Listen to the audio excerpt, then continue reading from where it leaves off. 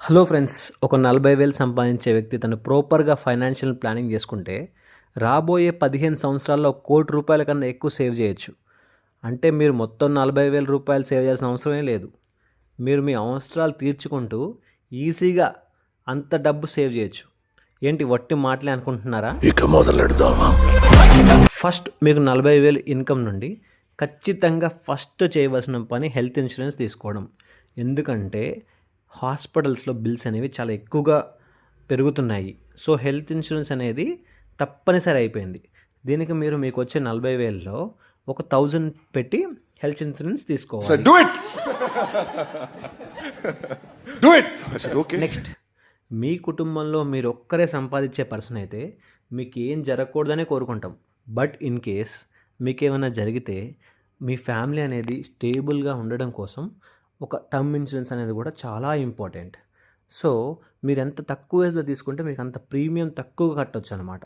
So, మీరు term insurance కూడా ఒక రూ. 1,000 యావరేజ్‌గా అనుకుంటే మీకొచ్చే 40,000లో హెల్త్ ఇన్సూరెన్స్ 1000, టర్మ్ ఇన్సూరెన్స్ ఒక రూ. 1,000 చేస్తే ఇక మిగిలింది 38,000. ఈ 38,000లో మీరు మీ రెంట్ గానీ, మీ ఇంటి సామాన్లు కొనడం గానీ, మీకొచ్చే 40,000లో మీరు ఒక 50% ఆఫ్ మనీ కంటే ఎక్కువ స్పెండ్ చేయకూడదు.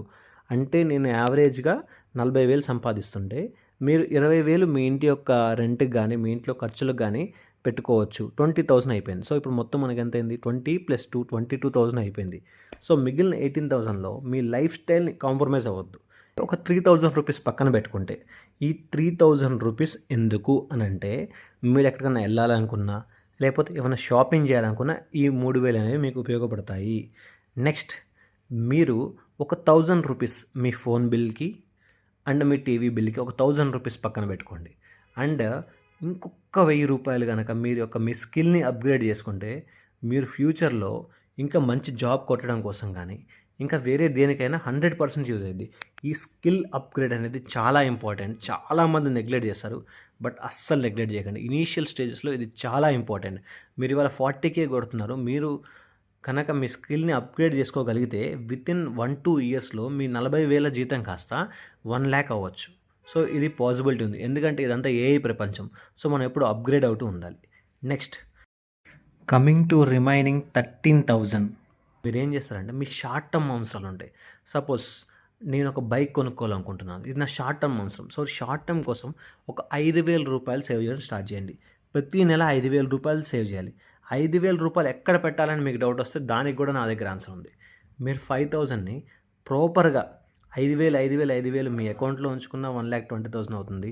లేదు నేను అకౌంట్‌లో ఉంచుకొని నాకు కొంచెం ఎక్కువ ఇన్కమ్ జనరేట్ అవ్వాలనుకుంటే మ్యూచువల్ ఫండ్స్ అని గానీ, స్టాక్స్ అని గానీ నేనేం చెప్పను. ఇదేమొద్దు. మీకు ఖచ్చితంగా మీ చుట్టుపక్కల నమ్మకంగా కొన్ని ఇయర్స్ నుంచి ఎవరైనా చిట్టి ఏస్తుంటే మీరు 5,000 వేయండి. అది కూడా చాలా నమ్మకంగా ఉంటేనే ఎయ్యాలి. లేకపోతే ఇది అన్నిటికంటే రిస్కీ. ఉన్నది మొత్తం కూడా పోవచ్చు. సో, మీకు చాలా నమ్మకంగా వాళ్ళ ఇల్లు అన్నీ అక్కడే ఉండి వీళ్ళు కొన్ని ఇయర్స్ నుండి ఇదే పని చేస్తున్నారనుకుంటే మీరు ఆ 5,000 వేయండి. నేను ఎందుకు మ్యూచువల్ ఫండ్స్‌లో సేవ్ చేయొద్దు అంటున్నానంటే, మనం షార్ట్ టర్మ్ కోసం సేవ్ చేసే డబ్బులు మనం సడన్‌గా ఒకవేళ తీసుకుంటే, సపోజ్ వితిన్ 1 ఇయర్‌లో తీసుకుంటే మనం 20% ఆఫ్ ద ట్యాక్స్ కట్టాల్సి వస్తుంది గవర్నమెంట్‌కి. అదే మనం 1 ఇయర్ కాకుండా 2 ఇయర్స్ తర్వాత తీసుకున్నా, ఇంకెన్ని ఇయర్స్ తర్వాత తీసుకున్నా long term capital gain tax 12.5% pay చేయాల్సి వస్తది. సో, అందుకనే షార్ట్ టర్మ్ అవసరాల కోసం మనం మ్యూచువల్ ఫండ్స్‌లో పెట్టొద్దు.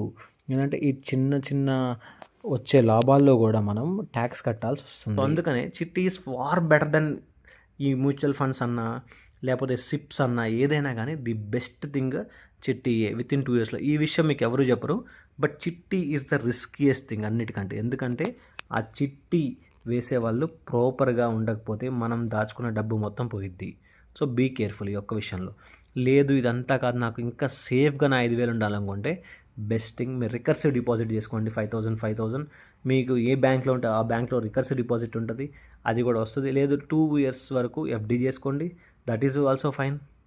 సో, వీటన్నిటికంటే కొంచెం ఎక్కువ ఇన్కమ్ జనరేట్ చేయాలనుకుంటే మీరు చిట్టీల్లోకి వెళ్ళండి. Next the coming ultimate king ఏంటంటే మీ లాంగ్ టర్మ్ ఇన్వెస్ట్మెంట్.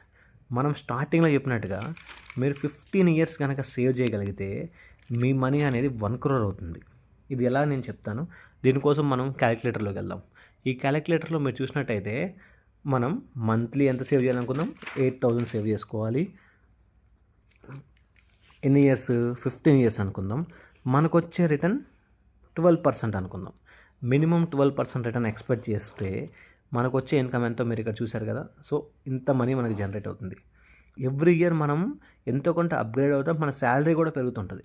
సో, మన సాలరీ పెరిగినప్పుడు మనం ఏం చేయొచ్చు? మనం సేవ్ చేసే మనీ స్టెప్ అప్ చేయొచ్చు. సో, స్టెప్ అప్ చేయడం అనేది చాలా ఇంపార్టెంట్. ఎందుకంటే స్టెప్ అప్ చేయకుండా మనం ఏది సాధించలేం. మన నీడ్స్‌ని మనం తక్కువలో ఉంచుకొని ఎక్కువ సేవ్ చేసుకుంటూ ఉండాలి. సో, ఎక్కువ సేవ్ చేసుకోవాలంటే ఏం చేయాలి? మనకొచ్చిన 8,000 మనీ ప్రీవియస్‌గా మనం సేవ్ చేసింది ఎవ్రీ ఇయర్ 10% స్టెప్ అప్ చేద్దాం.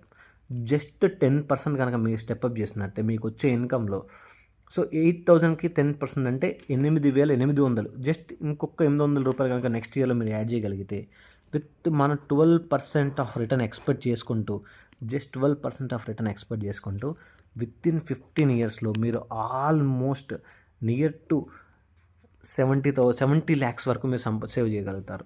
Suppose 70 lakhs it is not a small amount కదా! 70 లాక్స్ అంటే చాలా హ్యూజ్ అమౌంట్. అదే మనం ఈ 10% నేను కొంచెం రిస్క్ చేయగలుగుతాను. నేను కొంచెం నా యొక్క స్పెండింగ్‌ని తగ్గిస్తాను. నేను సేవ్ చేసుకోగలుగుతాను. నా ఫ్యూచర్ గురించి ఆలోచిస్తున్నాను అనుకుని మీరు 20% గనక సేవ్ చేసుకోగలిగితే నౌ స్టెప్ అప్ గనక 20% చేసినట్టయితే ఇప్పుడు చూడండి రిటర్న్ ఎంతొచ్చింది? 1,26,00,000 జస్ట్ విత్ 12% ఆఫ్ రిటర్న్‌తోనే మనం ఎక్స్‌పెక్ట్ చేసాం. ఈ 12% ఆఫ్ రిటర్న్ మీకు మ్యూచువల్ ఫండ్స్‌లో ఖచ్చితంగా వస్తుంది. మీకు ట్యాక్స్ పోను కూడా మీకు 1 crore కంపల్సరీ మిగులుతుంది.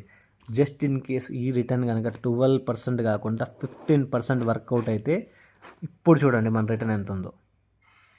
1.5 crores మీరు ప్రాపర్‌గా ప్లాన్ చేసుకుంటే 40,000తో ఇంత సేవ్ చేయొచ్చు 15 సంవత్సరాలు. జై భారత్!